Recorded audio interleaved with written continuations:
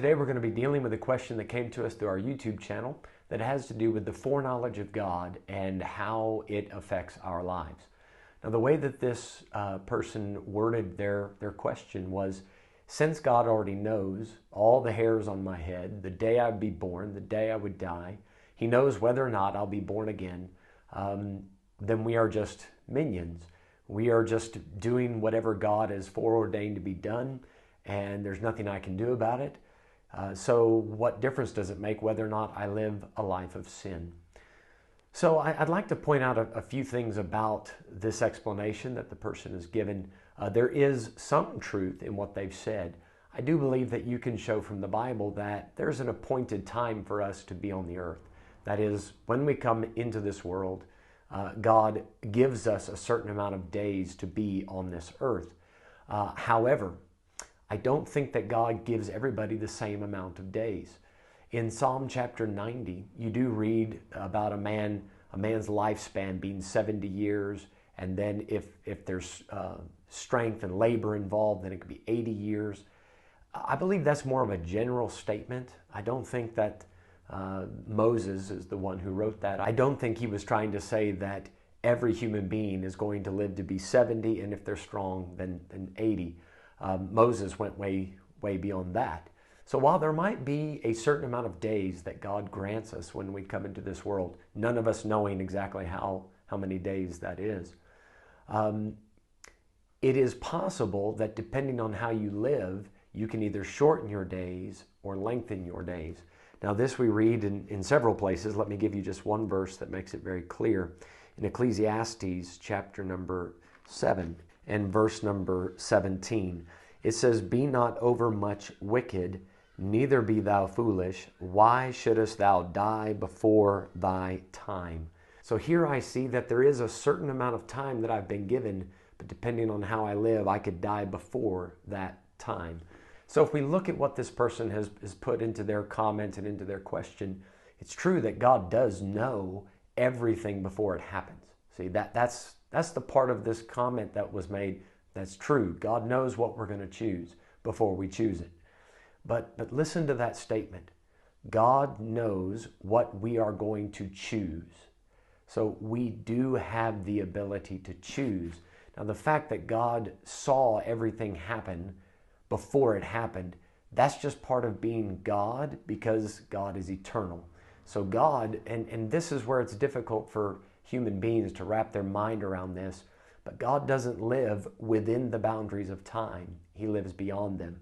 So He is in the present, He is in the past, and He is in the future at the same time. So when we think about God's foreknowledge, maybe try to think of this. God, when He is watching everything happen before it happens, He is also watching it after it happens, and He's also watching it while it's happening, which for a human being, that's quite a mouthful to try to comprehend. But that's God. He, being omniscient, being eternal, yes, He knows what's going to happen before it happens, but that does not mean that He made it happen. So the other thing that we'd have to deal with, according to this question, does it make a difference whether or not I sin? Oh, very much. If God had already predetermined what I'm going to do, then He'd have no right to judge me. He'd have to judge Himself, because He's the one that decided for it to be done. He's ultimately responsible. But I believe in the Bible it teaches us that we do have the ability to choose, that human beings do have free will, and that would give God full rights to judge us based on the choices that we made. So I'll give you a couple verses to support the idea that we can choose.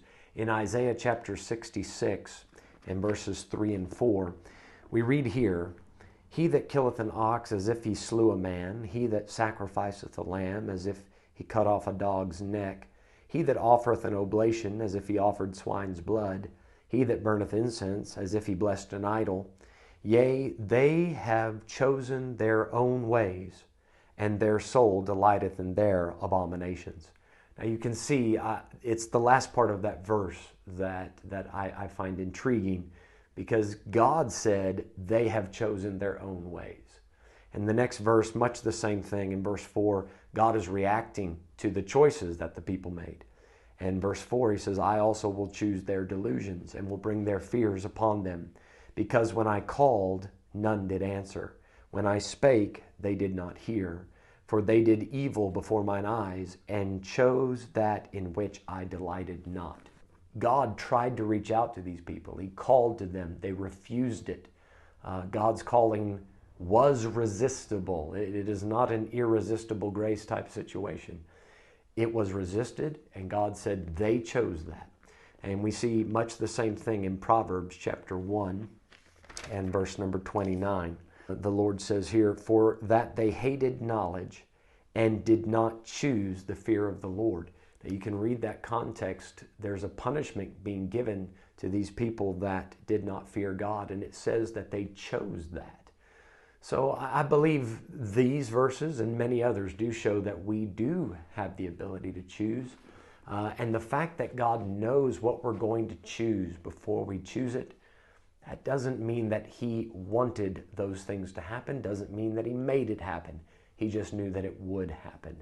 So if there's anything we should learn from this, it is that we do have an amazing responsibility to be very careful, as Paul said in Ephesians 5, to walk circumspectly, not to be foolish, but understanding what the will of the Lord is, redeeming the time. The days are evil. We know that one day we're going to stand before God, and we will give an account for what we chose to do based on the information, the grace, and all the work that God had done in our lives. So I'll leave you with this final thought, and it comes from the book of Joshua, chapter 24, very well-known verse in verse 15.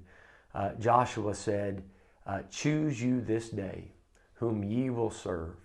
And then at the end of that verse, he says, as for me and mine house, we shall serve the Lord. So I hope that's your choice today as well.